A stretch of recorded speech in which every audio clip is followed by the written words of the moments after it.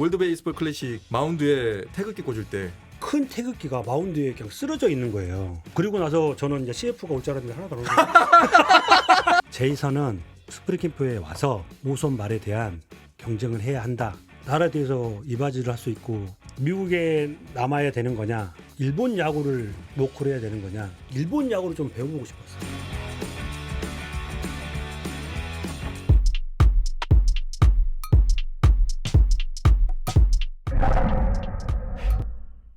월드 베이스볼 클래식 마운드에 태극기 꽂을 때 저는 솔직히 안타까웠습니다. 왜요? 저 왜 이렇게 안 꼽아지는 거야 지금? 제가 말씀드릴게요. 네. 저 미국 흙은 우리나라 흙이랑 틀려요. 그리고 마운드 자체가 딱딱해요. 지금 이제 우리 KBO 리그가 이제 들어온 지금 그 흙이에요. 그러니까 흙이 많이 있지가 않아요. 그렇기 때문에 흙은 자꾸 무너지는 거예요. 그래서 이제 흙을 좀 더 모아서 마지막 근데 딱 세워져가지고 기분이 너무 좋았어요. 기분 너무 좋았어요. 네. 저희도 약간 좀 상징적인 느낌이었어요. 아, 우리 한국 야구가 이렇게 네네네.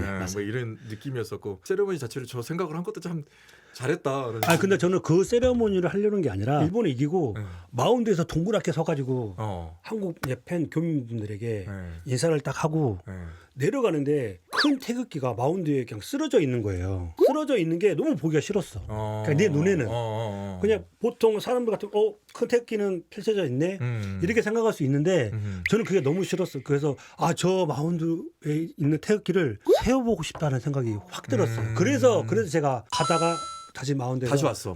그래서 그걸 세운 거예요. 아니, 야구도 재밌었지만 너무 인상적인 그때 화면이었어요. 그리고 나서 저는 이제 CF가 올 줄 알았는데 하나도 안 오고.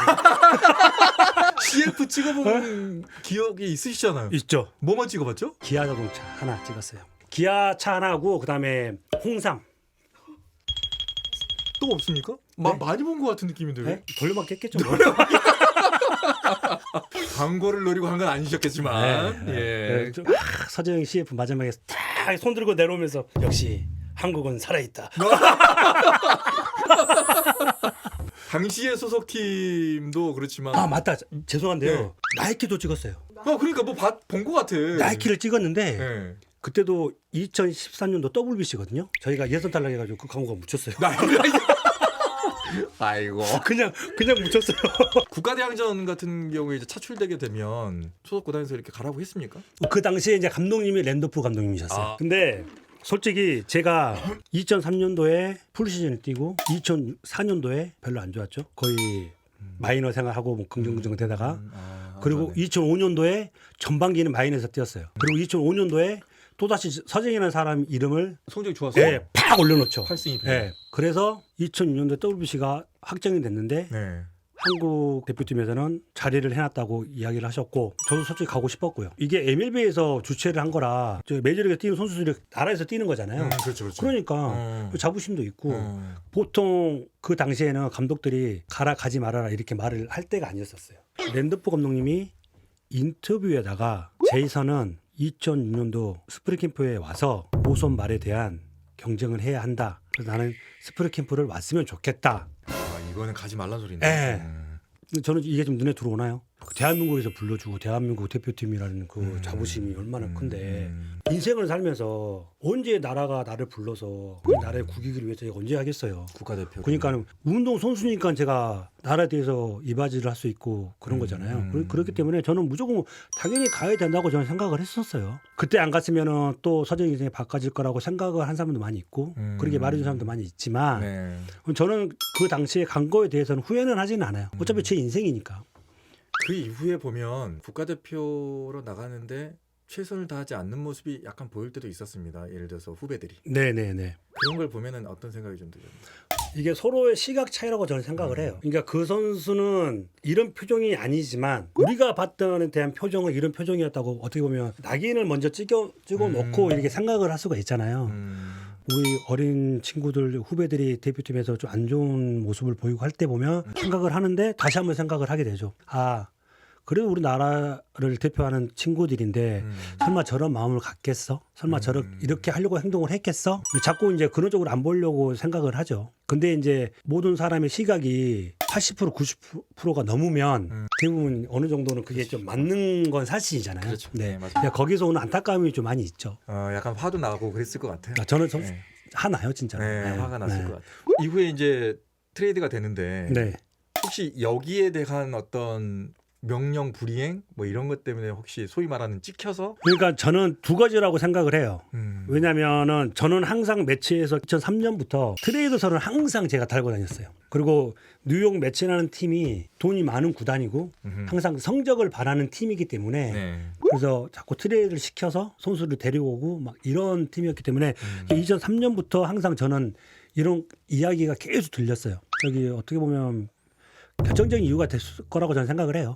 일단 감독이 원했는데 내가 거기에 부응을 하지 않았고 그러면서 트레이드 대상에서 거론이 됐는데 또 때마침 거기서 다저스가 오케이 데려갈게 이런 형식이 돼가지고 그리고 저는 원래 처음에는 다저스가 아니었어요. 그럼요. 원래 템파였어요. 그 뒤에 가게 되잖아요.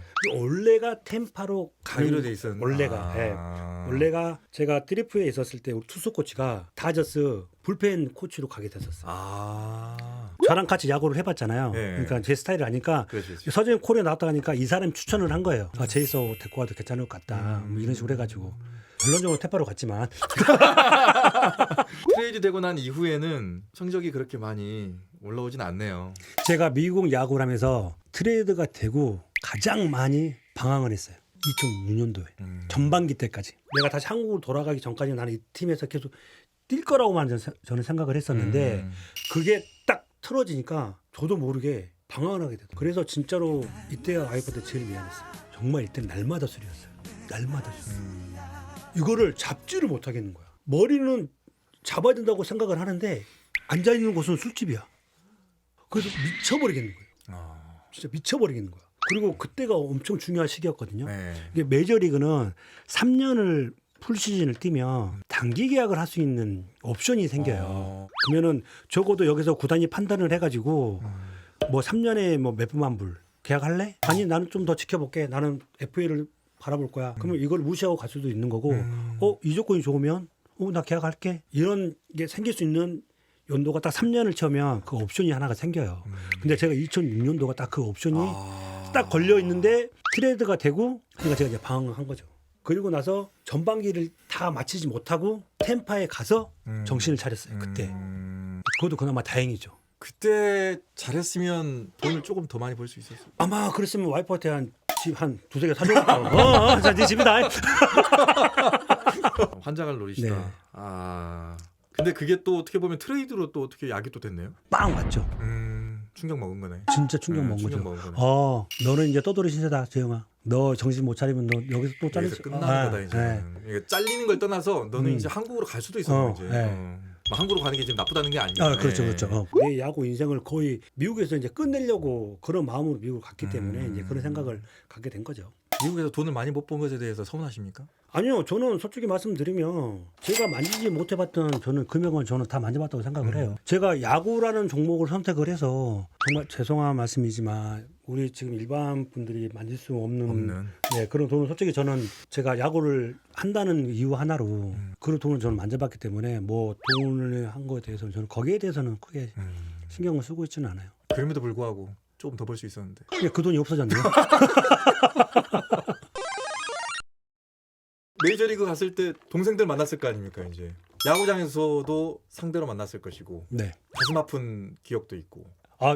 손놈은 오늘 다 맞는 거니까. 기섭이한테도 역전 투로도 맞아봤고, 그다음에 지금 현역에서 뛰고 있는 신수한테도 맞아봤고. 근데 저는 거기서 크게 신경을 쓰지 않았어요. 왜냐면 그냥 같은 미국에서 뛰는 선수이고, 그 상대팀의 타자이고, 나는 투수이고, 투수는 언제든지 홈런을 맞을 수 있는 그런 상황에 놓인 선수이기 때문에 저는 거기에 대해서 크게 신경을 쓰지는 않았던 것 같아요. 스스로 너무 복잡하게 상황을 꼬려고 하지 않네요. 네네네. 단순 명료하게 그냥 딱 끊고 가네요. 그냥. 그러니까 상대팀, 내 팀. 나는 이겨야 되고 너희는 져야 되고. 네. 근데 내가 지면 술 먹으면 되고. 2007년 시즌 끝내고 타이거즈로 이제 오게 되는데 그때도 마음은 스스로가 먹고 나 돌아가야 되겠다. 아니요, 저는 사실 와이프하고도 엄청 그때 상의를 많이 했어요. 미국에 남아야 되는 거냐, 일본 야구를 노크를 해야 되는 거냐. 근데 저는 2007년도 전반기 끝나고 마이너로 떨어졌을 거예요. 네. 저는 그때부터 일본 쪽에 노크를 하고 있었어요. 어느 팀을?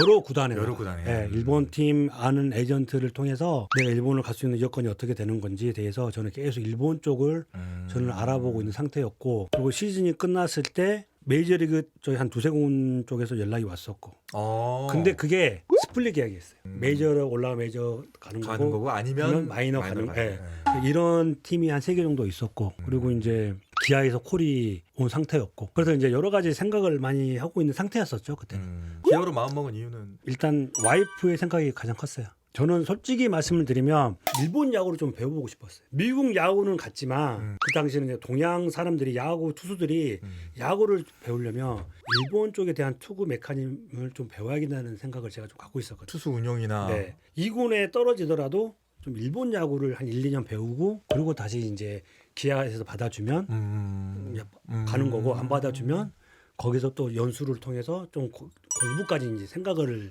하려고 했었는데 이제 와이프가 그동안 고생 많이 했다고 솔직히 10년 생활 고생했는데 이제 고향 돌아가서 또 타이거즈 관계자분들이 또 당신이 이렇게 찾을 때 성의를 이렇게 해주시는데 그걸 또 무시하면 안 되는 것 같다. 그래가지고 그동안은 내 꿈을 위해서 갔다고 한다고 그러면 이제는 이제 당신에 대한 생각도 내가 좀 존중을 해주고 따라갈 때도 될 것 같다. 그래가지고 그래서 들어왔어요.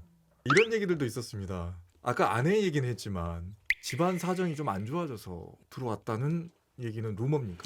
그게 저희 아버지가 폭탄 선언을 하셔가지고 저도 이제 못 봤는데 네.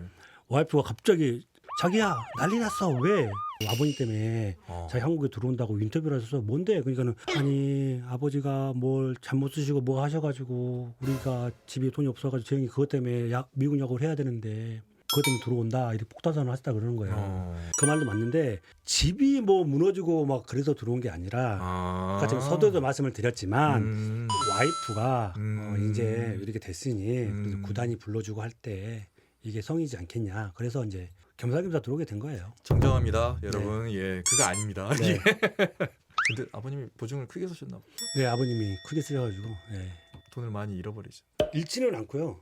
갚았죠 제가. 그게 그거잖아요. 가슴 아픈 얘기는 또 문제 넘어가도록 하겠습니다.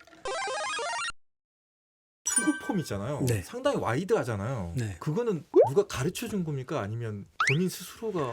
야구를 하면서 투구폼을 3번 바꿨거든요. 근데 그 3번 바꾼 게 제가 살려고 제가 투구폼을 바꾼 거예요. 미국에서는 체인지업이 됐는데 네.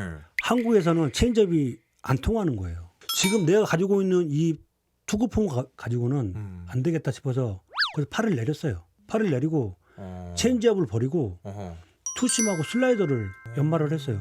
그러다가 이게 또 약간의 또 간파가 되고 하니까 이번에는 키킹이랑 폼을 좀 와일드하게 가자 해가지고 그래서 또 와일드하게 가고 제 체인지업을 코치 시절에 선수들한테 가르쳐주지를 않았어요. 못 따라옵니까? 네. 자기만의 던지는 특성이 있어요. 그러니까 본인에게 맞는 장착되는 그런 투구 네. 구종이 있다는 거잖아요. 남을 그냥 일부러 따라할 것이 아니라. 그래서 제가 이제 코치 시절에 제가 이제 체인지업이 좋았다는 걸 알고 있으니까 선수들이 와요. 좀 던져봐 딱 이래요. 그리고 딱 몇 개 던지는 거 보고 너 체인지업 던지지 마. 너 폼 베린다. 그래서 아예 그냥 처음부터 차단을 시켜버려요. 윤영철에게 했던 말은 딱 보였다는 거잖아요. 너는 체인지업보다는 커트. 지금 컵패스볼은 네. 영철이가 드라이브 라인 이제 미국 시애틀 가가지고 거기서 배워서 왔어요. 근데 이제 제가 하고 싶었던 이야기는 제가 작년에 이제 코치를 맡을 때 영철이에게 영철아 슬라이더보다는 좀 더 짧은 게 있으면 좋겠다라고 이제 어드바이스는 해줬었죠. 작년에 슬라이더 각이 좀 영철이가 크니까 그리고 스피드 자체가 영철이가 그 당시에는 137km가 나왔었고 슬라이더가 125, 6. 이 중간에 좀 짧은 슬라이더가 있으면 좀 더 유리하겠다 싶어서 이제 그때 이제 어드바이스는 해줬었죠. 후배들을 봤을 때 코칭을 할 때 걔가 어떤 게 맞을 것 같다는 것은 눈에 다 보이겠네요. 나눠요 단계를. 20살 초반 이 선수들은 기본기에서 오는 밸런스로 던져서 부상을 당하지 않게끔의 그런 몸 동작, 꼬임 동작, 하체 밸런스 이런 쪽으로 많이 가고요. 20살 중반 이 친구들에게는 그 선수들의 장점을 지금 여기서는 뭘 고치기에는 힘들고 근데 너가 지금 여기서 장점은 이걸 밀고 나가면 좋겠다. 30살에서 33살 이쪽의 친구들은 바로 현장에서 써먹을 수 있는 구종 1년 2년 더 야구를 연장할 수 있는 약간 이런 티칭을 해요. 제가 이게 왜 생겼다고 보니까 제가 미국에서 야구를 하다 보니까 제가 이제 부상을 당하고 자꾸 제가 이제 쫓기는 입장에서 내가 어떻게 하면 살아남아야 되지? 내가 어떤 구종을 던져야 되지? 이런 생각으로 게임을 많이 하다 보니까 이게 제가 딱 코치를 하니까 이게 딱 이제 그 선수들이 이게 보이더라고요. 보이는 거지. 예. 뭐 예로 뭐 말씀을 드리는 게 이제 고영찬 선수, 예. 영창이. 예. 영창이를 제가 투심 투수로 가보자. 아. 본인도 이제 은퇴를 염두에 두고 캠프에 왔었는데 어차피 은퇴를 생각을 할 거면 한번 투심으로 마지막으로 한번 불태워보고 안 되면 은퇴를 하면 되지 않겠느냐. 그렇지. 네. 뭐 미쳐도 번째니까. 네. 예. 그래가지고 영창이가 이제 좀 더 선수 생활을 하게 되고 일본에서 또 필수조까지 가게 됐었죠. 지금의 그 안정된 마운드지는 내가 좀. 아니요, 솔직히 말씀드리면 저는 진짜 하지는 않았어요. 아 그래요? 네, 저는 선수들한테 기회만 줬을 뿐이에요. 근데 그 기회를 선수들이 잡았어요. 선수들이 잡으니까 그 공은 저한테 돌아오는 거잖아요. 굳이 제가 제 입으로 말하지 않아도 야, 그럼 제덕이죠. 뭐 이랬잖아 했더니, 야, 돌려서. 소문과 거짓이 엄청 많거든요. 빠따를 맞더라, 머리를 30분씩 받고 있더라. 너무 앞에서 나대서 그런가? 돈 5억 받고 누가 너보고 응원하래, 야구하랬더니 이런 거.